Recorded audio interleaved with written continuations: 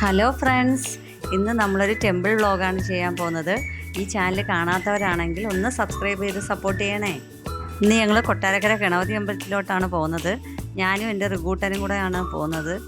അവൻ എന്നെക്കാളും മുമ്പേ ഒരുങ്ങി റെഡിയായിട്ട് പോവുകയാണ്. ഇന്ന് അവൻ ഇട്ടേക്കുന്ന ഔട്ട്ഫിറ്റ് അവൻ്റെ അമ്മാമ്മ അവന് ബർത്ത്ഡേക്ക് മീഷോയിൽ നിന്ന് മേടിച്ചു കൊടുത്തതാണ്. അവന് ഭയങ്കരമായിട്ട് അത് ഇഷ്ടപ്പെടുകയും ചെയ്തു. അത് 300 റുപ്പീസിന് താഴെയായിട്ടുള്ളൂ. പക്ഷേ നല്ല വർത്തായിട്ടുള്ളൊരു ഡ്രസ്സാണ്. വേണ്ടവർക്ക് ഞാൻ എൻ്റെ ലിങ്ക് ഡിസ്ക്രിപ്ഷനിൽ കൊടുത്തേക്കാം. അവന് യാത്ര പോകാനൊക്കെ ഭയങ്കര ഇഷ്ടമാണ്. അത് കാരണം എന്നെക്കാളും മുമ്പേ അവന് പോകുന്നത്. അവിടെ നിൽക്കുന്നത് ഞങ്ങളുടെ വീട്ടിലെ 2 ആട്ടിൻകുട്ടികളാണ്. അവനെ ഭയങ്കര ഇഷ്ടമാണ്. ഈ ആട്ടിൻകുട്ടികളെന്ന് വെച്ചാൽ ഭയങ്കര ഇഷ്ടമാണ്. അവ അതിനോട് ഭയങ്കര കളിയും ചിരിയും ഒക്കെയാണ്.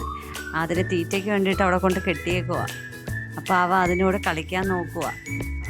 അപ്പം ഞങ്ങൾക്ക് പോകാനുള്ള ബസ് വന്നു. ഞങ്ങൾക്ക് സീറ്റൊക്കെ കിട്ടി. അപ്പോൾ ഭയങ്കര സന്തോഷത്തിലാണ്. കാഴ്ചകളൊക്കെ കണ്ടിങ്ങനെ ഇരിക്കുകയാണ്.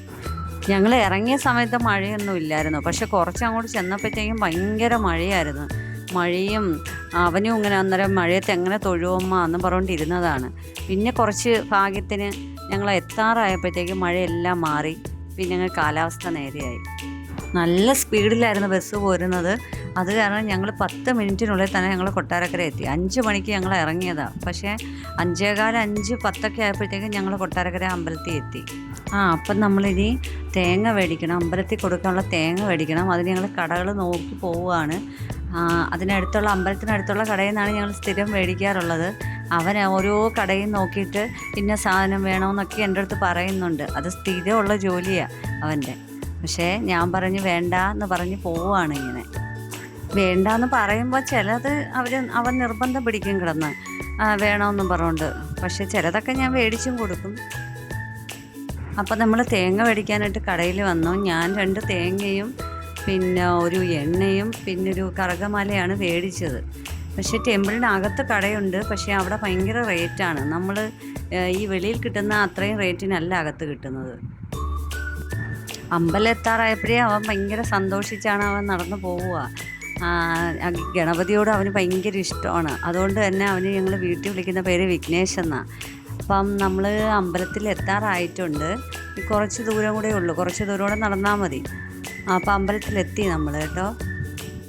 ഇന്ന് വർക്കിംഗ് ഡേ ആയതുകൊണ്ട് തന്നെ തിരക്ക് വളരെ കുറവായിരുന്നു. അതുകൊണ്ട് തന്നെ നല്ലപോലെ തൊഴുവാൻ പറ്റുമെന്നാണ് കരുതുന്നത്. എന്തുവെന്നറിയില്ല, അകത്ത് കയറി നോക്കണം. പിന്നെ അവനാണെങ്കിൽ ഉടനെ ഉണ്ണിയപ്പം ഞാൻ മേടിക്കാമെന്നും പറഞ്ഞുകൊണ്ട് അവൻ എൻ്റെ കയ്യിൽ നിന്ന് പൈസയും മേടിച്ചുകൊണ്ട് പോയി. അവൻ അങ്ങനെ പോയി പൈസയും മേടിച്ച് ഉണ്ണിയപ്പത്തിൻ്റെ റെസിപ്റ്റ് മേടിക്കുകയും ചെയ്തു.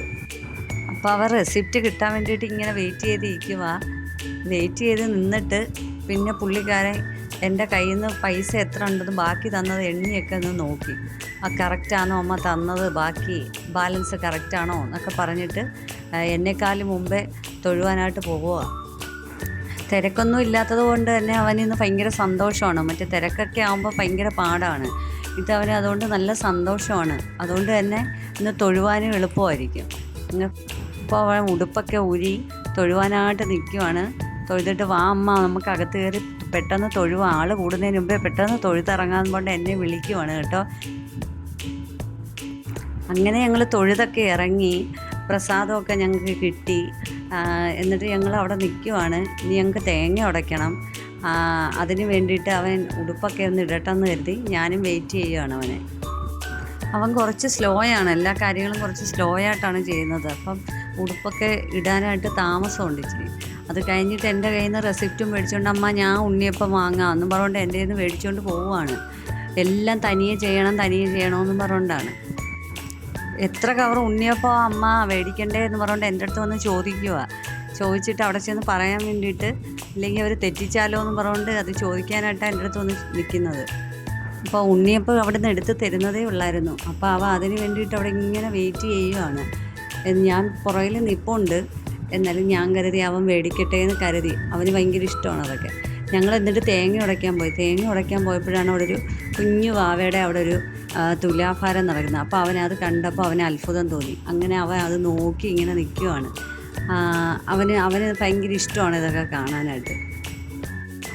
അങ്ങനെ അവൻ സന്തോഷത്തോടെ ഓടി പോവുക. അമ്മ പുറകെ വായോ എന്ന് പറഞ്ഞിട്ട് അപ്പോൾ ഓടി ഓടി സ്പീഡിൽ പോവുകയാണ്. ഞാൻ പുറകെ പതുക്കെയാണ് ചെല്ലുന്നത് കേട്ടോ. അപ്പോൾ അവൻ കരുതുന്നത് ഞാൻ ബാക്കിൽ ഇല്ലെന്ന് കരുതിയിട്ടാണ് അവൻ കൂടെ കൂടെ എന്നെ ഇങ്ങനെ തിരിഞ്ഞ് തിരിഞ്ഞ് നോക്കി ഓടുന്നത്. ഞാൻ ഇനി ഇട്ടിട്ടങ്ങാനും പോയാലോ എന്ന് പേടിച്ചാന്ന് തോന്നുന്നു.